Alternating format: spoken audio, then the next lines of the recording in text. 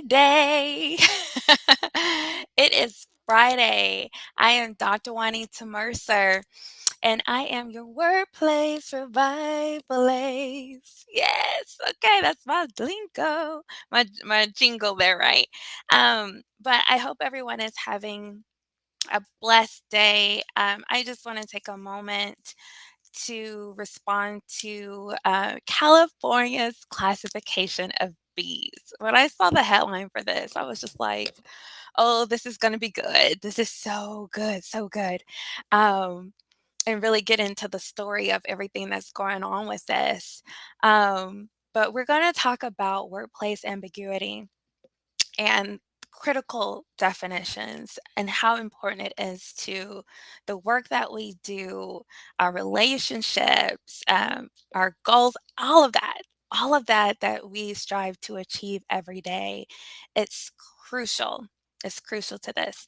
Um, so, for those of you who aren't familiar with this headline, California Appeals Court classifies bees as fish, okay, in order to provide them endangered species protection, which is absolutely important.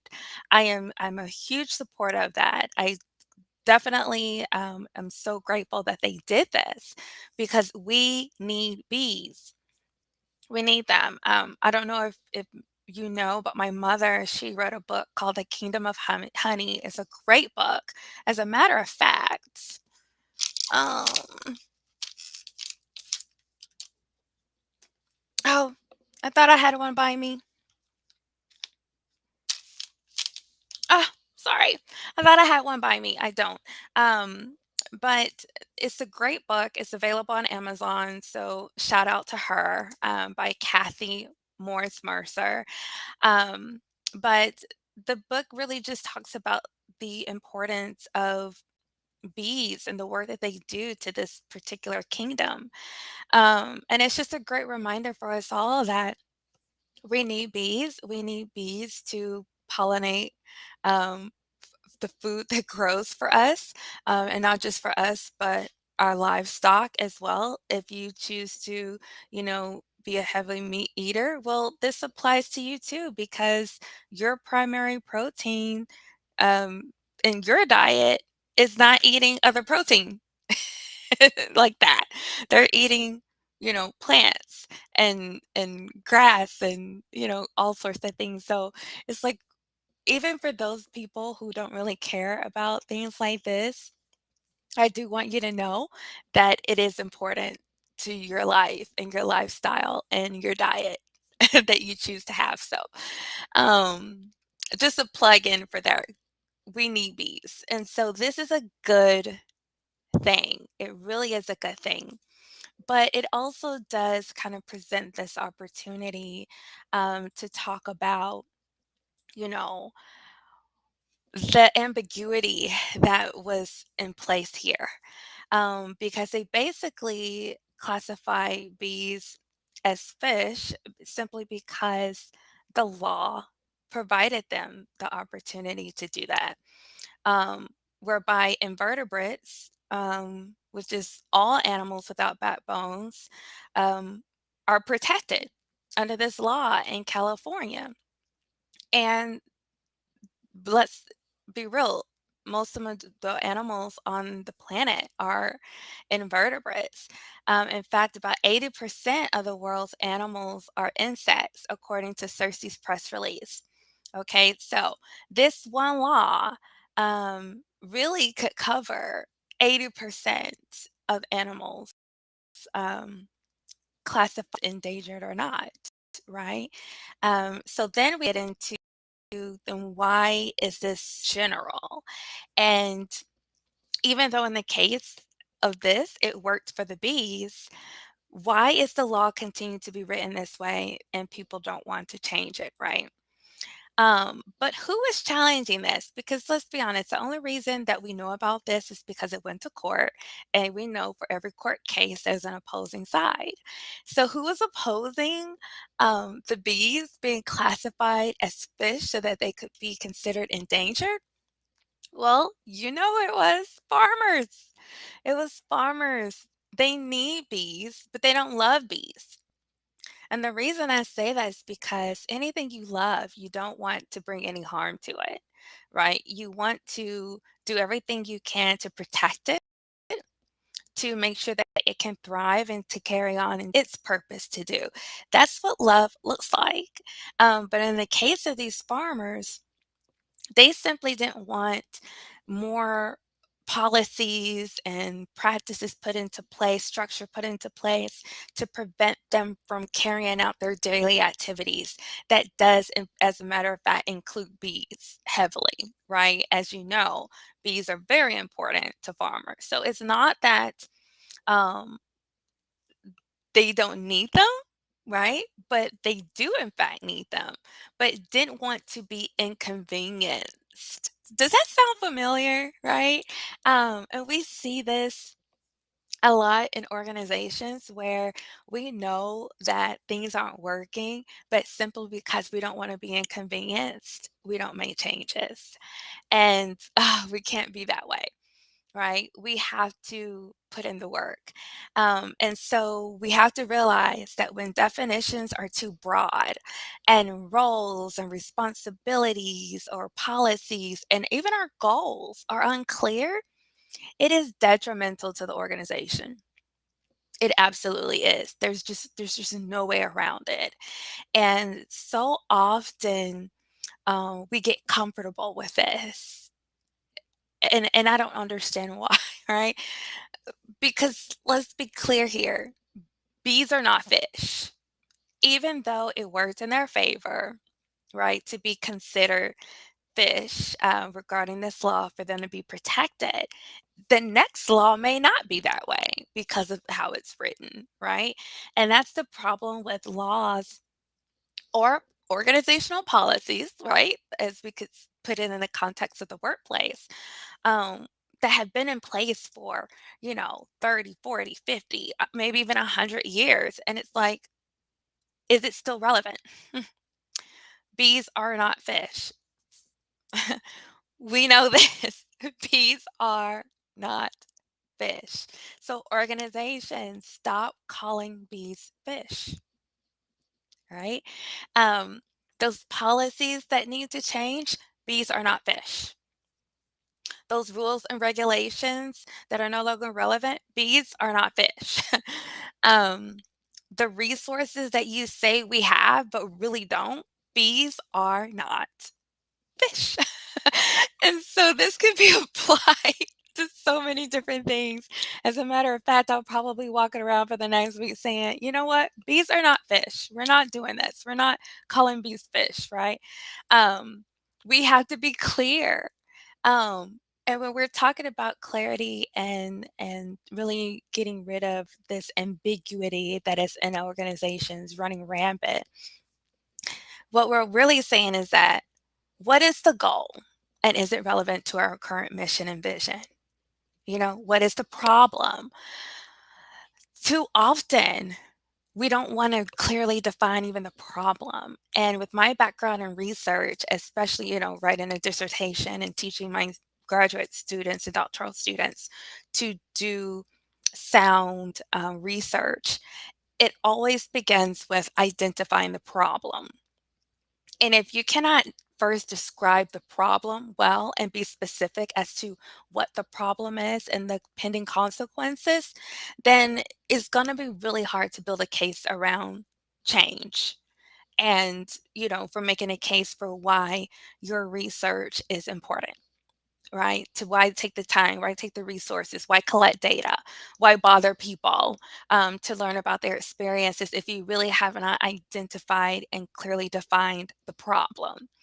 And so we have to do that as well in organizations because only until you clearly define the problem can you seek an adequate and sufficient solution.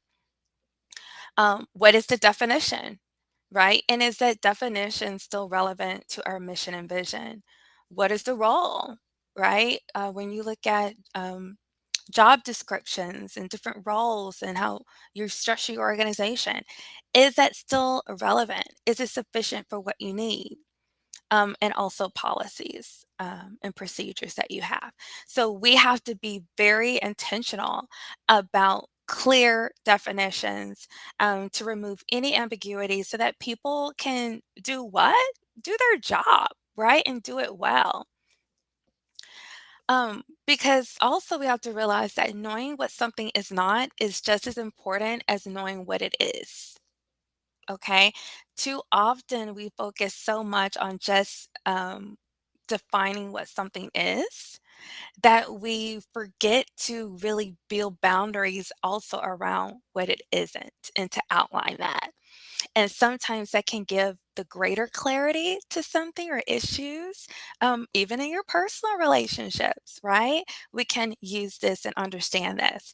That sometimes we need to go even further by saying what something is not, um, as well as what it is. Hey, Cal, thanks for joining in. So we have to be aware of that. So why ambiguity? Why are people so comfortable with this? Why are people comfortable with not taking the necessary, time to give good definitions? Well, number one, accountability. Let's be honest. Most of the time, if you have managers or leaders who refuse to be clear, it's because they don't want to have accountability with that. And it could be also in personal relationships as well. If people aren't willing to be clear and direct, it's likely because they want to avoid accountability, right, for their actions or for being descriptive. Also, people like ambiguity because it delays financial or ethical responsibility. As long as we can deny it or not give clear boundaries to something, then, maybe I don't have to be financially or ethically responsible for it right now. But let me tell you, it always catches up to you. And so the sooner that you outline things, the sooner they can be handled because problems don't go away. They just get bigger and have greater consequences. Another reason people are comfortable with ambiguity in the workplace is to micromanage. Yes, let's be real here, right? People kind of like the gray areas because that gives them opportunity to continue to micromanage. If they're not clear about what their role is, if they're not clear about what your role is, then that allows them to micromanage, and that doesn't help anyone. Also, people might be comfortable with ambiguity because just out of ignorance. Maybe they don't know what they don't know. Or and they ignorance also comes from wanting or choosing to ignore things when they really should be addressed, right? And you don't want to be in the situation of doing either one. So perhaps you just don't know, right, what the answer is or how to better define something. And if you're in the leadership position where you're accountable for making these definitions and giving clear insights and boundaries, then you should definitely seek um, the information that you need. You also might be comfortable with ambiguity because clarity and order is not a priority. Let's just be honest, like sometimes everything that should be a priority isn't, right? But if you're seeing that people are constantly having low performance around you, they're constantly having, miscommunication and things, it's probably because of ambiguity. They don't know what they should know. They don't know what you want. They don't know how to best communicate with you. They don't know really what the goal is. They don't know what the model is or the standard for excellence is. And so you have to define them and make it a priority. But also, and this is a big one, when it comes to doing things well and defining and giving clarity and providing structure and establishing boundaries and that takes time, energy, and resources. And let's be honest, a lot of people just don't really want to do that. And so we have to realize that real change and to make things better, it really does take time. is not going to happen overnight. It really does take a lot of energy, a lot of hopes, a lot of desires, a lot of prayers, right? And a lot of resources, getting people involved, collecting data, putting in, even investing into it, using money towards trying to really understand something and define something and give it the clarity that it needs. And a lot of times there's just so much going on that it's just one more reason to put it on the back burner. But ambiguity is a real problem. And that is because 41% of Americans, and this is like the number one stressor from recent research from a company called Comparably, they said that unclear goals is the main stressor at work. The number one thing. I think the next couple of ones, I think at 16% said poor management. Another like 14% or so said that it's the commute to and from work. But really think about this, that 41% of Americans say that unclear goals, really not having an idea of where we're headed, why we're headed there, how do we know when we're getting there, right? All this ambiguity is a major stressor for them at work. And that's a problem because we know that stress affects calling and membership. It affects how you feel about your purpose. It affects how you engage in your work. It affects how you handle that stress, right? And it's going to have major, major consequences for people's work and performance in the workplace and, relationships. But then also, we know that ambiguity affects communication, and communication has a direct relationship with effective change. So if you're not being clear, then you're miscommunicating. Your communication plan is failing. And if that communication plan fails, then you're not going to be able to make the effective change or change successfully or get the desired outcomes that you want. Okay. And I'm going to live these scriptures because these are biblical principles as well. Hosea 4:6 says, "My people are destroyed for lack of knowledge." Okay, because thou hast rejected knowledge. And so we have to understand that getting clear answers, right? Getting the data that we need to be able to understand and clearly define and set clear goals is imperative, right? Proverbs 29:18 says, "Where there is no vision, the people perish." Get this, right? We need to truly understand that there has to be vision. There has to be clarity as to where we're going to remove the ambiguity of what is this all about? What is the expected outcome here? But vision provides that. And Habakkuk 2, verse 2 says, "And the Lord answered me and said, Write the vision and make it plain, so that he may run that readeth it." Meaning that your business plan, your objectives, your expected outcomes, your goals, those SMART goals, right, are so specific and detailed that anyone who comes after you can read them and know exactly what they need to do and what they need to accomplish. That is key to successful organizational practices and achieving your goals. So, you all, I hope that this was helpful to you. I certainly don't want to take any more of your time. Get back to your awesome Friday. But you can follow me on all social media at Dr. Wanita Mercer. And remember, with everything you do and with everything you have, love God and love people.